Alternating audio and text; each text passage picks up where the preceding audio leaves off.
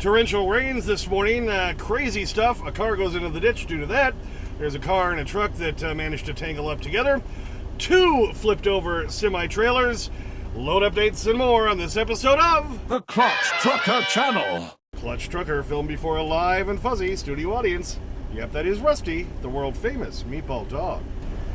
Hey YouTube, Clutch Trucker here. Thanks for tuning in to another edition of the Clutch Trucker Channel. Well, normally in the summer months, weather is not an issue that actually delays you, but it did me this morning. I had, when I did my last video, I said I didn't have any loads yet, but I did end up getting a load. Did a load that picked up in Janesville, Wisconsin yesterday, Tuesday, and then delivered just straight through last night, Tuesday night, to this GXO warehouse in Ames, Iowa. So then that set me up for the cereal load from Northfield, Minnesota, back to Cheyenne, so I could do the H-bar-N lignite load again on Friday. Now this is a tight run that I'm on now. This one is the cereal load. But this morning, when it was time to leave, huge thunderstorms came through. Because right after I delivered, I just PC'd over to the little come and go over there. Got a spot, and yeah, and went to bed. I thought all was well, and yeah, the torrential storms came through this morning. It was just crazy, and so we couldn't leave yet. I needed to take Rusty out. It was just pouring down rain, wind beyond belief. When you pull your curtain back and you see debris flying by the window, yeah, you don't want to get out there empty. What do you think? So anyway, finally got going, and I let them know, you know, as soon as the broker showed up the morning, DLS again, this dedicated logistics, for that one that I just delivered yesterday, and then the one I was on today. And let them know, look, I'm running a little behind. The weather, you know, I wasn't going to get out there when they had 40 to 60 mile an hour winds in an empty trailer. And then I ended up still driving through the torrential rain for 2.5 hours. And it was bad enough that if I hadn't had newer drive tires and newer steer tires, I would have had to get off the road because I would have been hydroplaning. And just after I'm thinking that, I look up ahead to the left and there's a car in the median.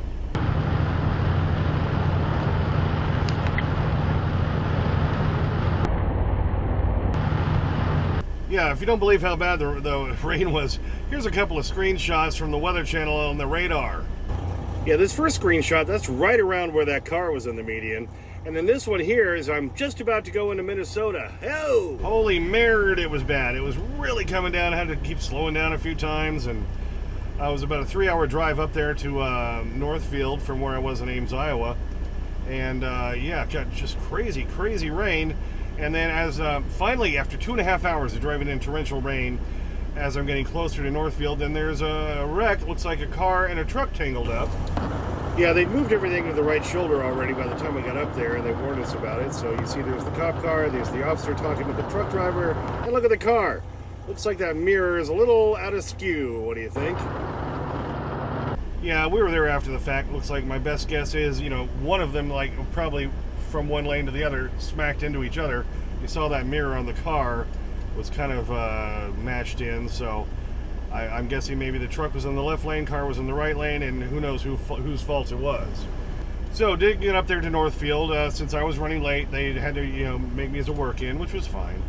But this is a tight run. I deliver at 4 p.m.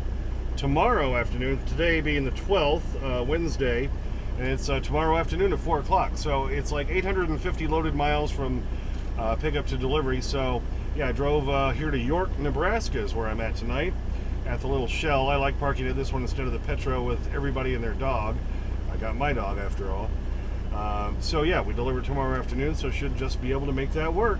But yeah, because the thing I love about picking up the cereal at this Post, it's Post who makes lots of cereals, and they make a lot of the off-brands or the store brands that you never even hear about. They make a lot of the store brands for Walmart, the Great Value and stuff. And so when I was there last, I got a couple of, it wasn't the like, you know, frosted shredded wheat. It was like, you know, frosted wheat squares or something.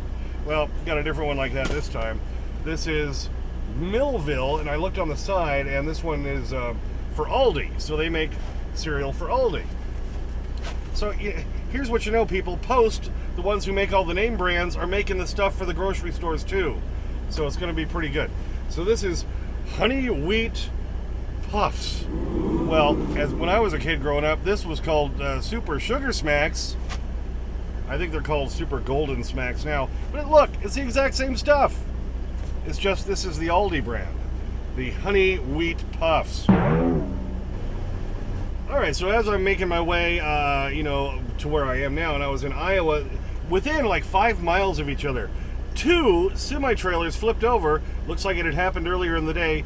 The first one we're coming up on, they're in the process of picking it up. Alright, coming up on it, you see the one truck, you see a tow truck there, and look ahead, you see the cranes up there as they're trying to lift that thing out of the median, that container right there. Another tow truck in front too. And now the clutch truckers zoom and slow-mo. Yeah, check that out. That's pretty wild. They're having to use that whole crane just like on that Highway to Hell show on the Weather Channel. Pretty crazy.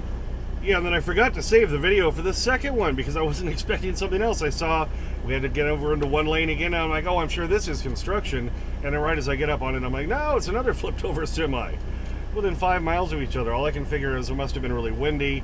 With all the wind we had with those storms coming through in Ames early this morning, that's probably what caused those guys to flip off the highway. What do you think? Oh, and I even forgot about this one. This was earlier. Also, I think this was just somewhere just west of Des Moines. As I'm driving along, going around a bend, and look down below, there's another truck flipped over. All right, just cruising along I-80 here, and look, I'm trying to pass H&M in the right lane. Oh, what's that over there in the median on the left? Hello! And now the clutch truckers zoom and slow-mo. Of course, that truck could have just got real tired, had to take a nap. What do you think? Yeah. So now, on to the other issue I'm having. Remember about a month ago when I had to get the whole water pump replaced down in Joplin, Missouri at the Petro there?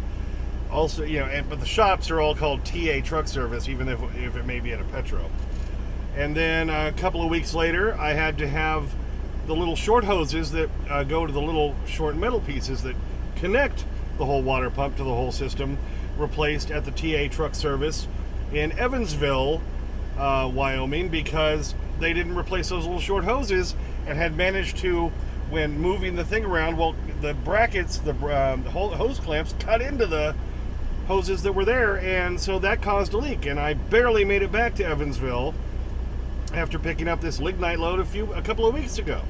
And so luckily it was over the weekend, and they were able to get me fixed on that Friday night. Now I've got another whole issue related to that whole water pump replacement. I noticed the last couple of days I was smelling some coolant again. I'm like, really? And so open the hood and look, and you can see where it's been coming out of the fitting right going into the top of the water pump for the main coolant line coming from the reservoir.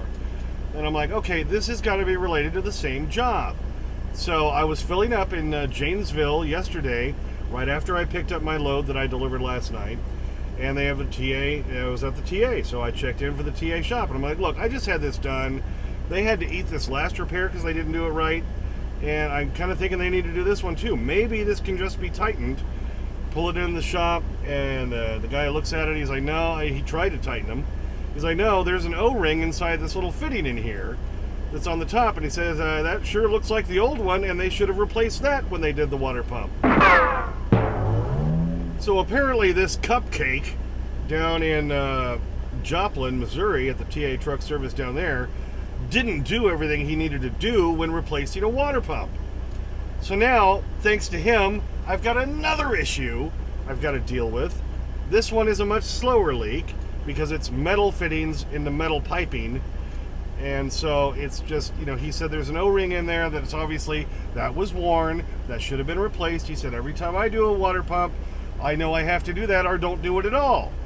So he said, yeah, that's definitely on them again. He said, of course, we don't have that part, and we have no way to reclaim your coolant, so you're going to have to do that somewhere else.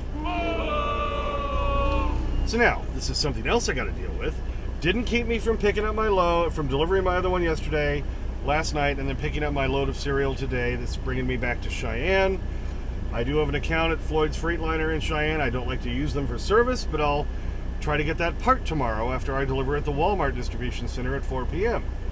So then I'm going to take that up to Glenrock when I get loaded on Friday morning, and I'll go backwards to the Hat 6. It's only 25 miles to that TA Truck Service where the guy was able to reclaim all my coolant last time. And hopefully I'll get the same guy again and say, hey, you're back again, because remember those idiots in Joplin that you had to fix their stuff? You got to fix another one. Because like I say, I don't have time to deal with this right now, but I will have time once I pick up that load of lignite in Glenrock on Friday. Then I've got the whole weekend to make the 900 and some odd miles up to Rothschild, Wisconsin again for next Monday's delivery. So hopefully they can get that done, and hopefully I can make them eat this one too, because I have no cash, baby. If you've been following my channel, I've been doing so many repairs.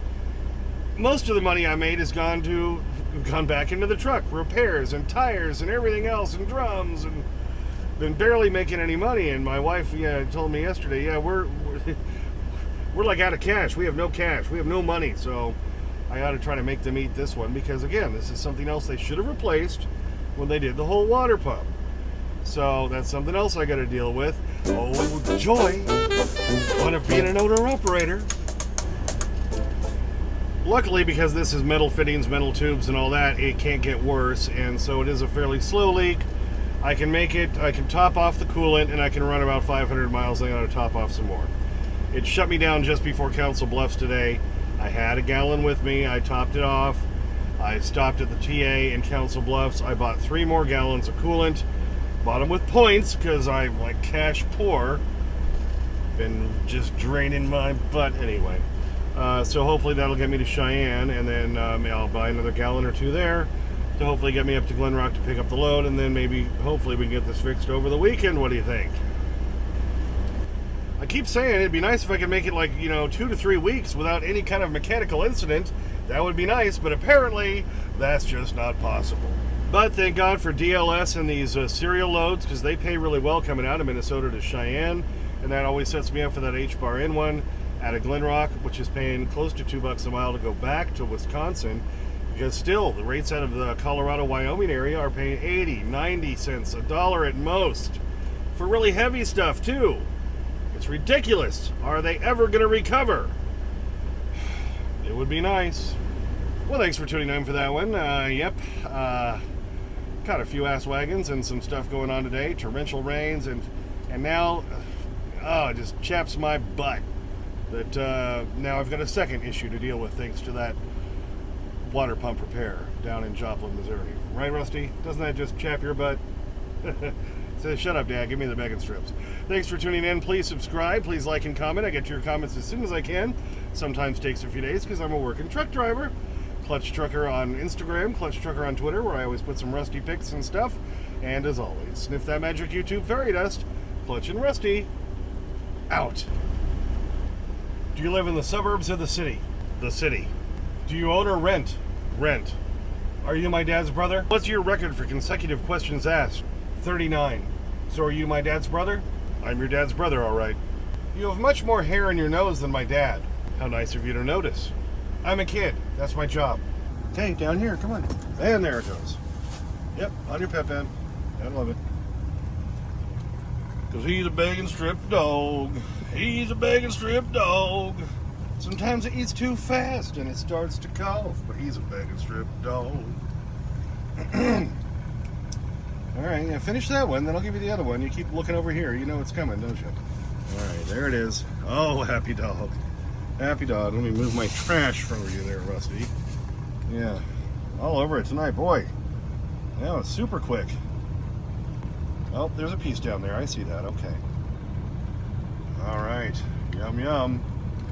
Let's get that happy dog look, Rusty. Yeah, you got it, buddy. Up here!